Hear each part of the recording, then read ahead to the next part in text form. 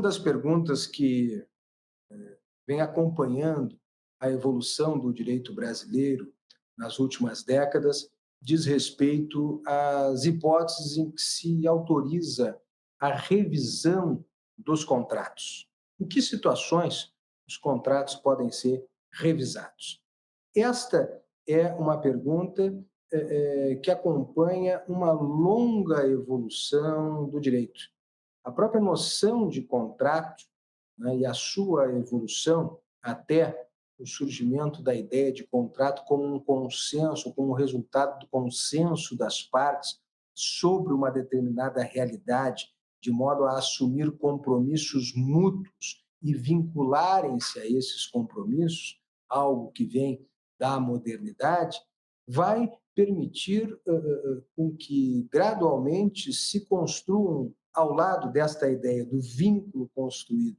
pela vontade, pelo consenso das partes, situações sempre excepcionais, mas situações que vão ser gradualmente reconhecidas, pelas quais as partes possam, eventualmente, vir a revisar, a rever, a recompor aquilo que originalmente foi estabelecido. A isto se dá o nome, ou se usa referir como revisão do contrato. Mas revisão do contrato é uma expressão polissêmica, admite vários significados. Nós falamos em revisão dos contratos quando falamos em revisão para recompor, né, as prestações que originalmente eram prestações equilibradas, ou que guardavam uma certa equivalência entre elas, e que venham a, por fato superveniente, se desequilibrar, a perder esta relação de equivalência.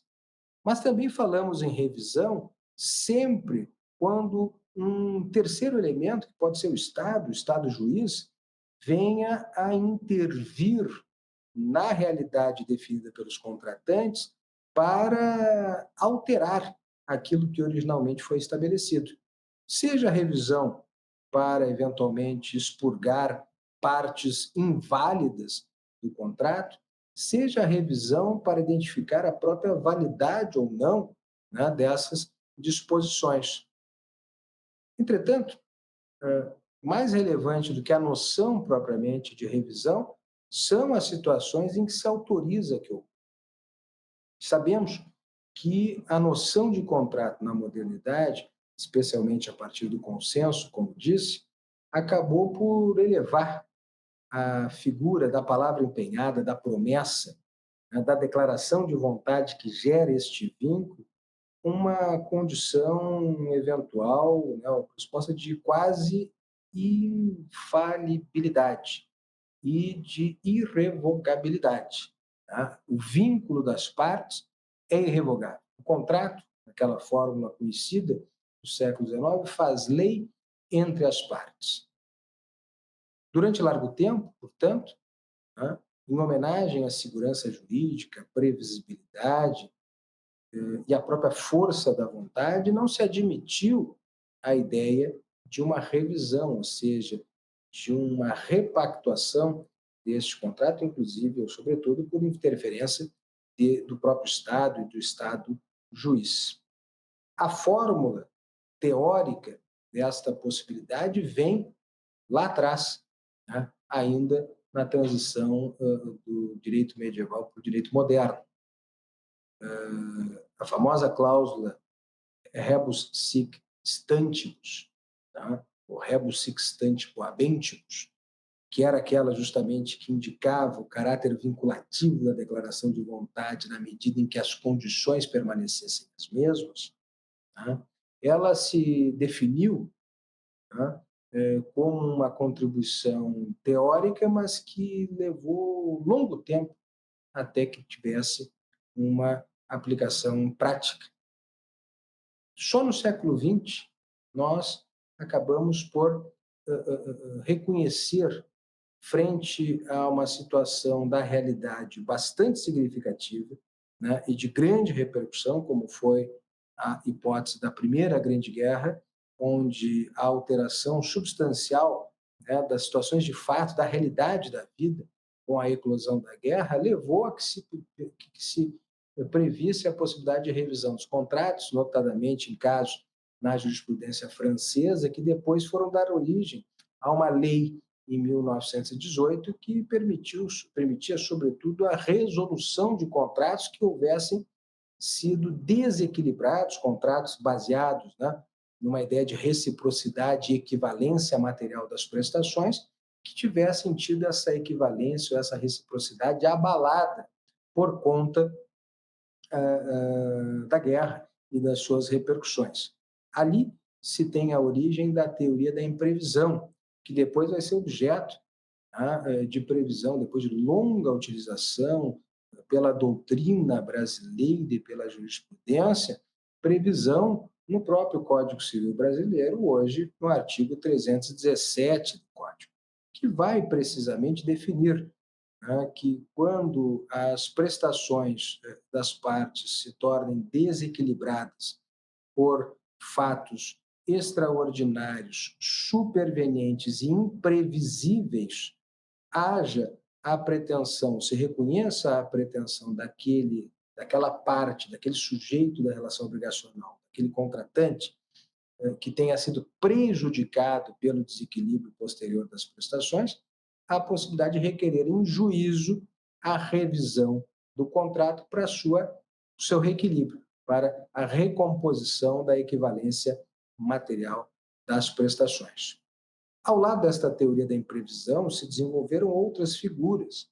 Uma delas, a onerosidade excessiva, que é uma leitura, é uma derivação da imprevisão e que vai indicar justamente nas hipóteses, sobretudo dos contratos contínuos, né, aqueles contratos que se projetam no tempo, a possibilidade de resolução do contrato pela parte prejudicada em razão de um fato extraordinário e imprevisível que venha a desfazer ou a comprometer a equivalência material das prestações. Esta possibilidade de resolução pela parte prejudicada será também identificada, esta corresponderá também um direito,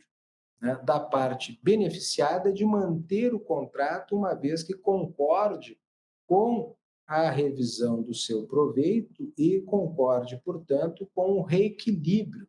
do contrato. Portanto, a ideia de que a revisão surge quase como uma exceção à pretensão de resolução do prejudicado. É o que está posto nos artigos 478 e 479 do Código Civil brasileiro. Mas, ao mesmo tempo, esse elemento de imprevisibilidade, que não significa imprevisto, na medida em que as partes contratantes, os sujeitos ao celebrarem uma obrigação, também se guiam pelo princípio da autorresponsabilidade, portanto, não podem simplesmente eximir-se das suas obrigações, alegando que não sabiam o que deveriam saber ou o que poderiam saber. O imprevisível é aquilo que não se pode prever. É uma situação tal qual hoje, né, vivenciamos, né, em muitas perspectivas, com a eclosão de uma pandemia. Né?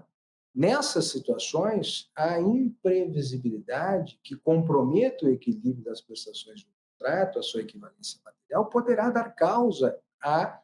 revisão, ou à pretensão de revisão da parte prejudicada. Entretanto, ao lado dessas situações, especialmente em contratos não paritários, em contratos entre desiguais, o que no direito brasileiro especialmente se revela nos contratos de consumo disciplinados pelo Código de Defesa do Consumidor, que no seu artigo 6º, inciso 5º,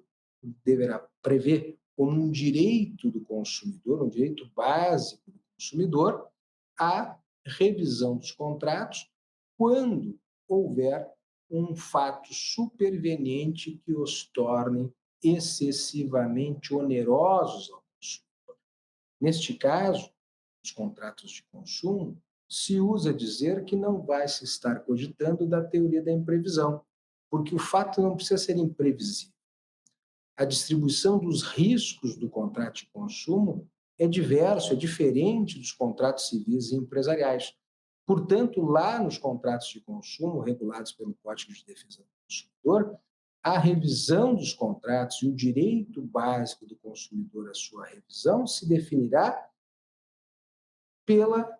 simples circunstância de haver um fato superveniente que rompe com a equivalência material das prestações. Isso vai dar causa a que se identifique nos contratos de consumo, e a doutrina faça isso sendo seguida pela jurisprudência, a adoção no direito brasileiro da chamada teoria da quebra da base objetiva do negócio jurídico, de matriz alemã e com origem remota no século XIX na teoria da pressuposição, pela qual se vai exigir que apenas haja o rompimento do equilíbrio, independentemente de haver uma situação ou não de imprevisibilidade. Aqui também teremos a revisão, né, por força de lei, né, o direito à revisão, a pretensão revisional por parte dos consumidores prejudicados por um eventual desequilíbrio. A estas situações todas somam-se, de forma gradual na jurisprudência brasileira também o reconhecimento de situações tópicas, específicas de certas circunstâncias, de certos contratos, né, em que se vai admitir uma recomposição do contrato em homenagem à sua própria continuidade, ao interesse útil das partes na sua execução. O melhor exemplo disso será o reconhecimento pela jurisprudência do Superior Tribunal de Justiça da possibilidade de recomposição dos contratos de seguro de planos de saúde na hipótese de haver, ou para evitar, melhor dizendo, a ruína do sistema contratual em contratos que se vinculam que se associam uma série de vínculos individuais, tá? No interesse comum das partes de manutenção de um sistema, como ocorre nos planos de saúde, reconheceu o Superior Tribunal de Justiça a possibilidade de, para evitar a ruína de todos os contratos, do sistema de contratos, com fundamento na boa-fé, a possibilidade da sua repactuação em homenagem àquilo que se vai denominar, né, de exceção ruína, oriunda da boa-fé, um efeito, portanto, da boa-fé. Situações específicas, tópicas, como essa reconhecida pelo Superior Tribunal de Justiça. Esta situação, tá, reconhecida na legislação, vai definir como absolutamente excepcional a revisão, exigindo a demonstração cabal, fora de dúvida, dos pressupostos em que a legislação autoriza a revisão dos contratos, em cada caso, conforme a norma que se aplica.